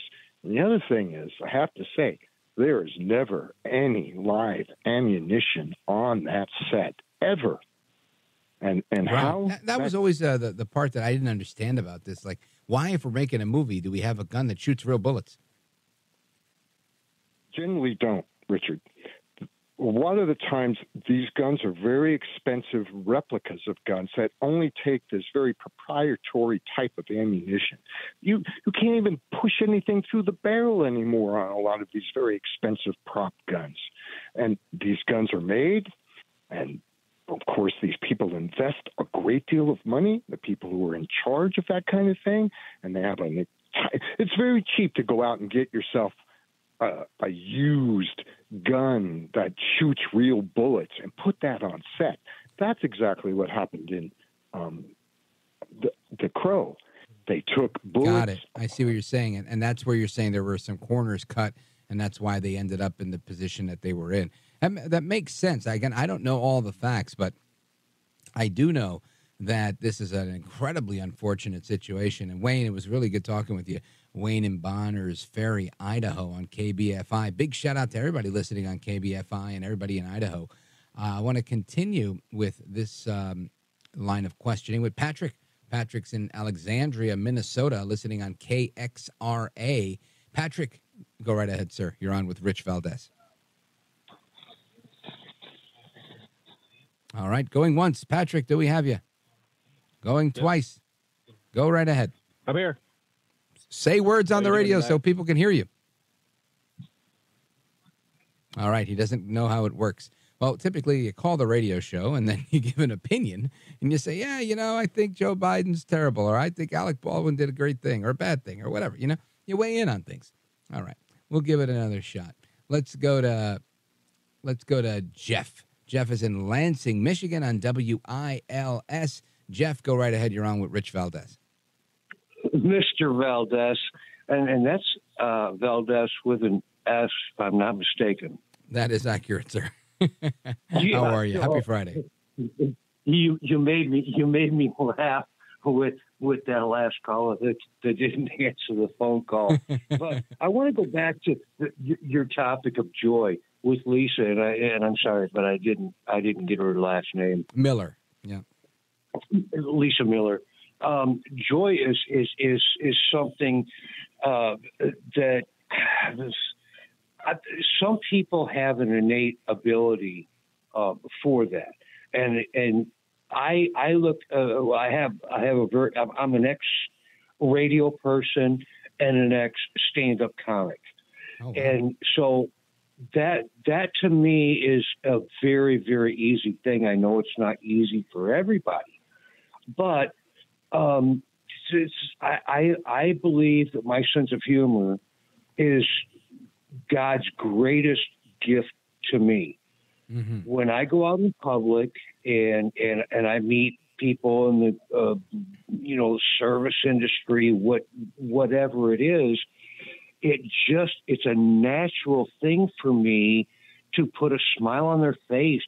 The jokes come.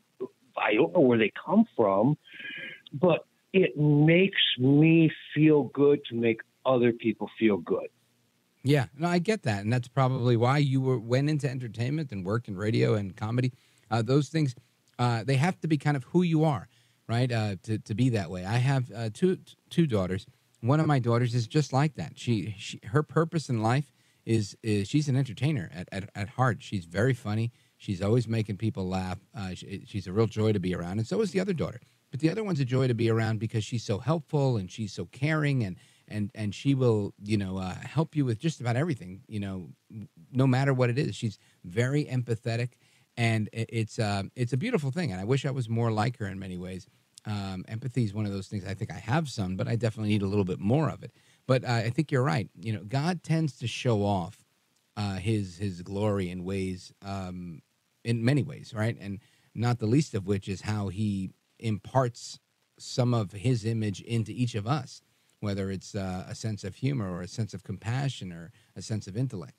And it's always a joy, honestly, no pun intended. It's a joy to be able to use that gift that we've received from above with other people as we move forward in life, as we move in our career, as whatever, I, for one, I don't necessarily think I get on here every day and do an excellent job. I wish I did an excellent job every day, but I do a job, right? And some days it's better than others.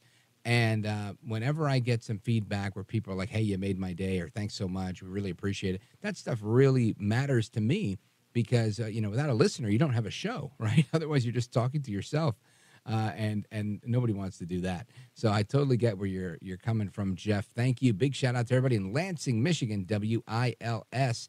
And we continue with the rest of your calls and more. I see more calls coming in right now from Ohio, Idaho, and let's see, Maryland. Lots coming in. 833-482-5337, 833-4-VALDEZ.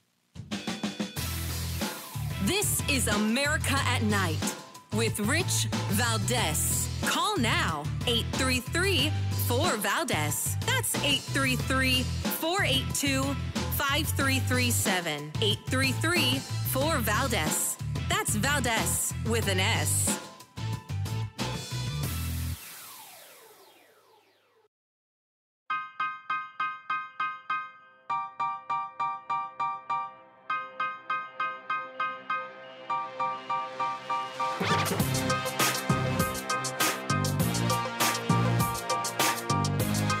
This is America. This is Night. This is Rich Valdez. All right, America, welcome back. And New York City Mayor Eric Adams, he's admitting that the quality of life in New York City will continue to decline because of illegal immigration. The illegal immigrants that have taken over New York City is destroying the city, and finally, he's admitting it. Listen to this. We're seeing the erosion of the quality of life that we've improved on in such a short period of time of this administration. And we have been impacted. For many months, we were able to keep the visualization of this crisis from hitting our streets, but we have reached a breaking point. We're no longer able to do that because of the volume in numbers. Just last week, we had 3,900 people that arrived here. We are averaging anywhere from 2,500 to close to 4,000 a week. And if you do the math, you see that's 8,000 every 2 weeks, potentially 16,000 a month that we must feed, clothe, house, educate children, and all the services that you would give a normal adult. And we're seeing that play out on our streets of New York. And that is what the breaking point looks like, what we are experiencing right now. So ultimately, Eric Adams is finally seeing it, right? He's seeing it. And I say finally because originally he was backtracking on these things. Now he's talking about the quality of life eroding. Yeah, I think that's what everybody's been saying. That's why you can't let everybody in. It's not like, I feel so bad for anybody that believes that enforcing a border in a country is xenophobic or racist or white supremacist or anything that the left will tell you. Because poor Eric Adams probably bought into that and drank that Kool-Aid. And look at him now, right? He's got a whole city that's turned against him. You got to see some of the videos. I can't play it on the radio because, A, the context gets lost because you need the video, and B, there's so many curses in these things. But I saw a video of a homeless black man the other day. I'm trying to give you the context of the video.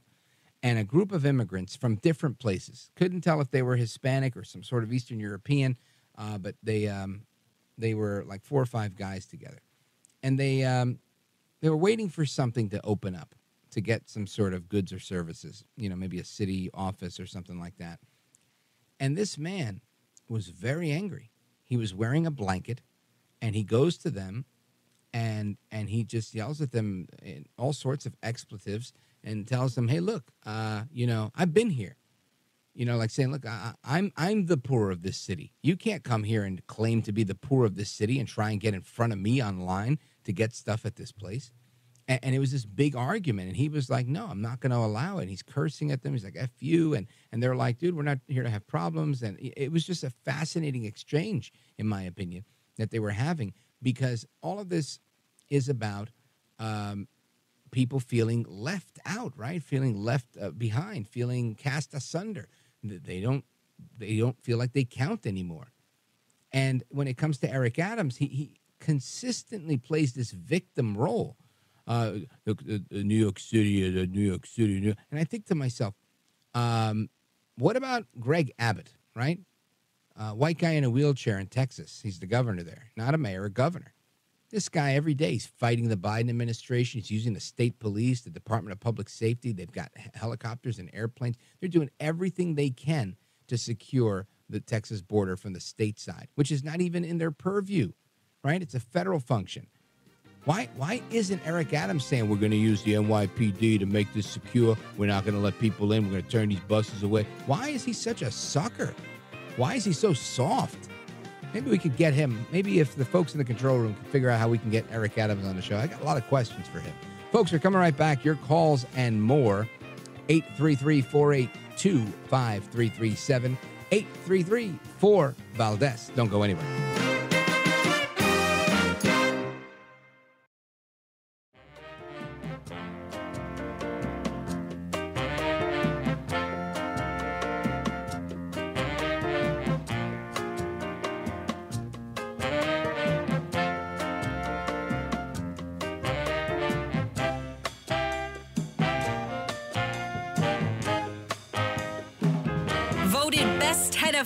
In live late night radio 6 years in a row. It's Rich Valdez. Call now, 833-4-VALDEZ. That's 833-482-5337. 833-4-VALDEZ. That's Valdez with an S. All right, America, welcome back. I am Rich Valdez. Happy to be with you. And if you're on hold, getting to you momentarily, the phone number is 833-482-5337. If you're calling in, feel free to do that. We're going to get to the calls in just a moment or two. I wanted to share with you something that I saw scrolling on Instagram, and I saw this video of an ABC News correspondent named Brittany Shepard. And she seems very shocked at her own poll on Trump and DeSantis. And I thought it was really interesting because to me, it gives me the insight that I sit here and I talk about this every day. You guys hear about it every day. There's a certain view that I have, which is that Trump was better at being president than Biden is. Trump has a lot of support from the people. He's not a manufactured candidate from any particular establishment, right? We can't say Trump is the preferred candidate of Pfizer, even if you have differences with Trump on his vaccine use and Operation Warp Speed and all of that. He's not by any means a big pharma guy.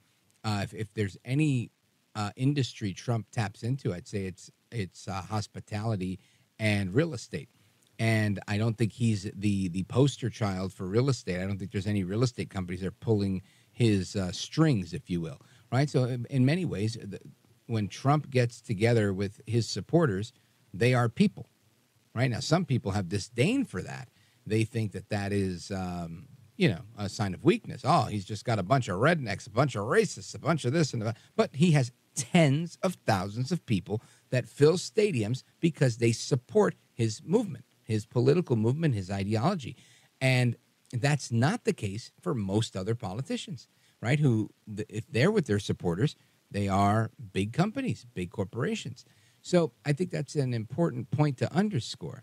But Brittany Shepard, she's doing this like off the cuff Instagram live type of thing where she's discussing how she was about to put on her makeup and sitting on the floor and decided to look at this ABC News poll that has some interesting information. And I want you to hear it. It's about a minute. Check it out. Who is the best suited candidate to take on Donald Trump from within the Republican Party? I thought I would just take a minute or two as I'm doing my makeup on the floor and break down this new poll that we did alongside Ipsos. We asked all our respondents to talk about who they would be satisfied with as the nominee. And 75% of these respondents said that they would be very or somewhat satisfied with Donald Trump. Might not be a big shock if we were following the results of the Iowa caucus. Hold on, check it out. 75% of the respondents to the ABC News poll said they want Trump. Now, she's trying to normalize that. I've got to tell you, in my years of observing politics, going on 20, I can tell you that you don't always see polls where 75% of anybody wants to see a particular candidate, right? This is a good number, especially a candidate that just came off of a huge historic win, in Iowa. You can go ahead, play the tape. Yes. But I think the really interesting part of this race is that 2 and 3 slot. Who is the best suited candidate to take on Donald Trump from within the Republican Party? At least according to this poll, 64%. Now, before she gets into the numbers on that, I want to know, really, I do want to know, and maybe I'm wrong. And if you're listening to me and you want to refute this point, I will take your position with an open mind. Why on earth does she think that numbers 2 and 3 are more important than number 1? I'm really curious here. If you have a number 1 that's coming in at 75%, why would you say that the real important takeaway, or whatever words she used, the real important thing to see here is who comes in second and third place? Why? I mean, you go to the Olympics, nobody's like, the real important thing here is to see who's coming in for the silver and bronze medals. No, nobody says that. Nobody's ever said such a thing. Why on earth would we ignore 75% of respondents going for the number 1 option and put our attention to really important? The number 1 thing to look at here is really numbers 2 and 3, who they would prefer to be Nikki Haley and Ron DeSantis, but at least in Iowa came in as Ron DeSantis and Nikki Haley, right? Because that's the candidate that the special interests, the Raytheon and Halliburton and whoever else is part of the military-industrial complex. That's who they're pushing. They're pushing Nikki Haley, right? The U.S. Chamber of Commerce, they're pushing Nikki Haley.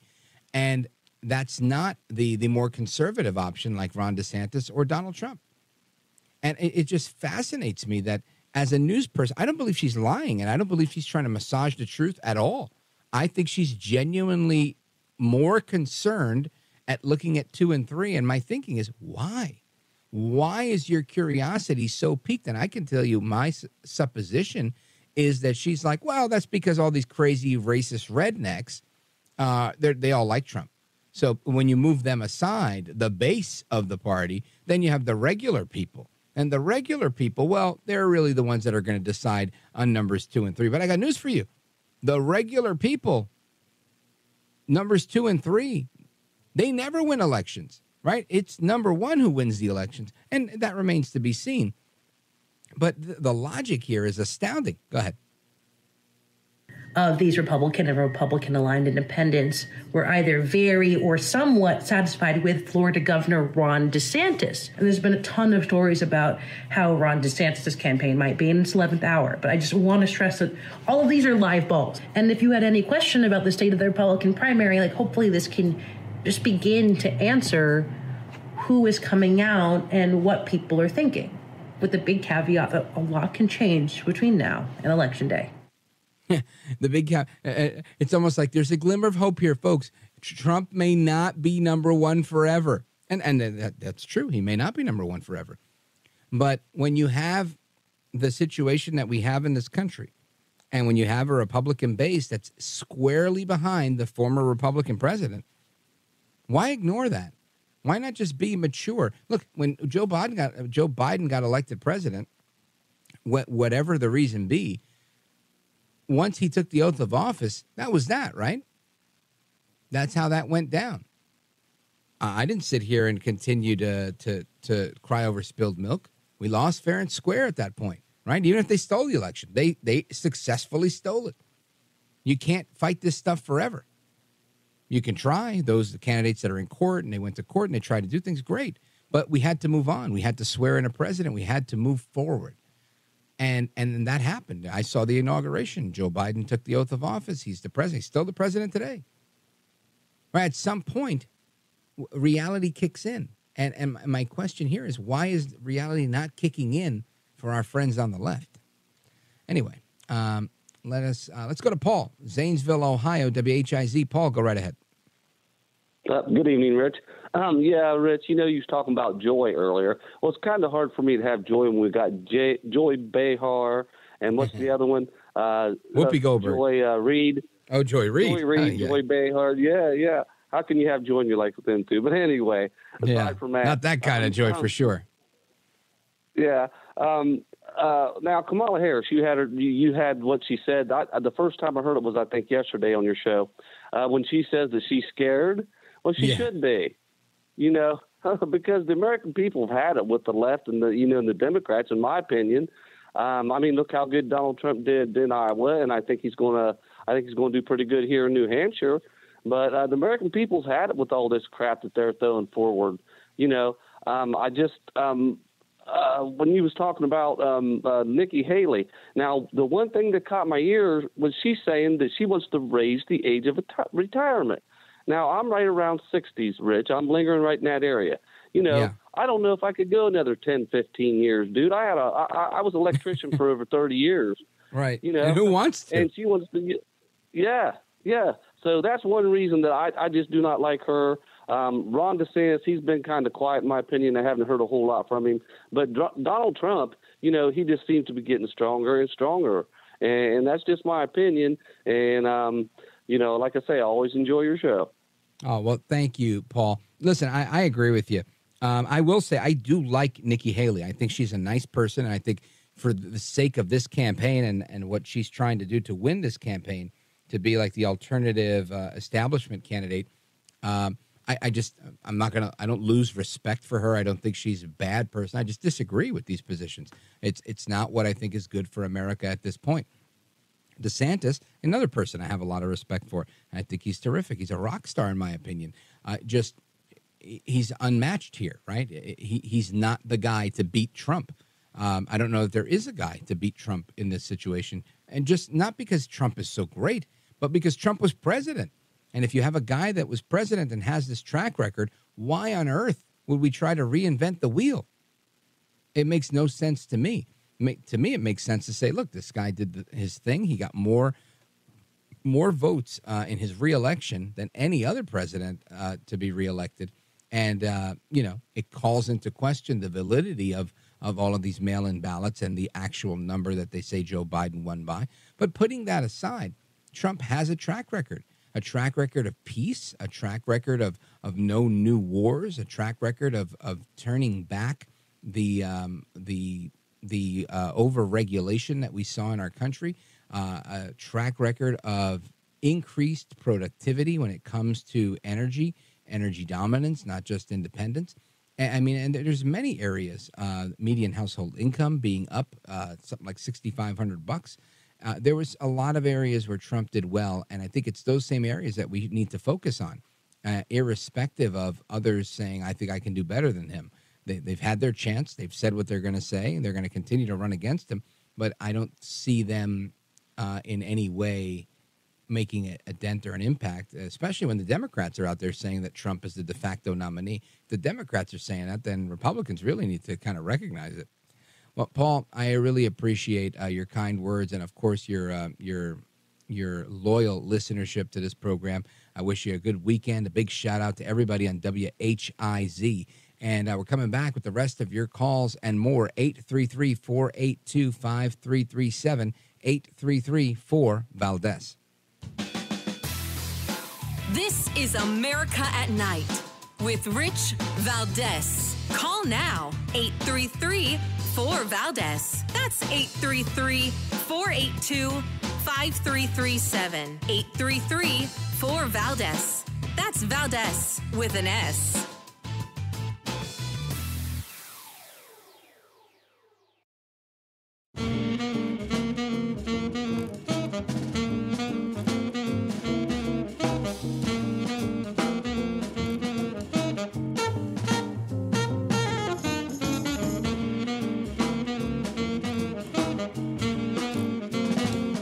Congratulations on just an amazing show. I know you've worked so hard in the industry, and nobody deserves it more than you do. So I'm happy to see you really succeeding here. It's awesome. America at Night with Rich Valdez. Call now, 833-4-VALDEZ. That's 833-482-5337, 833-4-VALDEZ. That's Valdez with an S. All right, America, welcome back. We continue our conversation with Americans across the fruited plain. Where do we go? We go to Boise, Idaho to check in with our buddy Paul. Paulie, welcome, sir. Thanks, Rich. It's good to talk with you again. Thanks for taking my call. You bet. Actually, I'm not in Boise, Idaho. I'm actually in Connecticut right now at a family reunion. Oh, nice. I thought I'd give you a call and say East Coast. It's wonderful over here. It's been snowing, and I went on a trip this morning with my sisters, and we went to a whaling ship that was still floating that could be sailed, but it's run into some issues. And this guy that gave us the tour was just fantastic. He allowed us to answer or ask questions, and he gave us all the answers, and he had just had a pleasant demeanor about him, and nice. He was doing it because he wanted to do it, and he wasn't getting paid to do it. What topic did you want to weigh in on tonight, Paul? I think joy. That's what I received was sure by getting out of the house, getting out of the recliner, getting out of my comfort zone in the house. You get out and you talk with people you don't know, and if they don't want to talk, you don't take the issue. You let them respond. If they don't want to respond, they don't. Yeah. And so the whole thing that the lady was talking about, the author of that book, I was thinking, yeah, that's what you really need to do.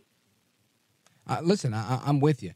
I feel like I've gotten too far away from the standard of kindness that I think is expected of me, and I need to get closer to it. And it's not as easy as one would think, right? Because it's not like there's a ton of Southern hospitality all over the place where I am. It's kind of commonplace for people to be rude and curt and very short-tempered and very quick-witted and just in a rush. And it's something that I don't like, and I aspired to improve. And I always thought I would improve it by leaving, right, and going further south and maybe just living amongst the politer half of our country in the South. But I think you're right. Joy is a key element, and it's a conscious choice that we have to make every day to focus on things. There's a Bible verse that I'm partial to. I think it's Philippians chapter 4, verses 4 through 8, Philippians 4:4. And it talks about joy and how we need to choose joy and keep our focus on joy. And, like many great quotes, whether they're from the scriptures or not, easier said than done, right? It's always easier said than done. Paul from Boise, Idaho, listening online from Connecticut. Thank you for the call. Enjoy your whale watching, enjoy the snow, and enjoy the East Coast. And, folks, we come back with your calls and more straight ahead. Don't go anywhere. This is America at Night with Rich Valdez. Call now, 833-4-VALDEZ. That's 833-482-5337. 833-4-VALDEZ. That's Valdez with an S.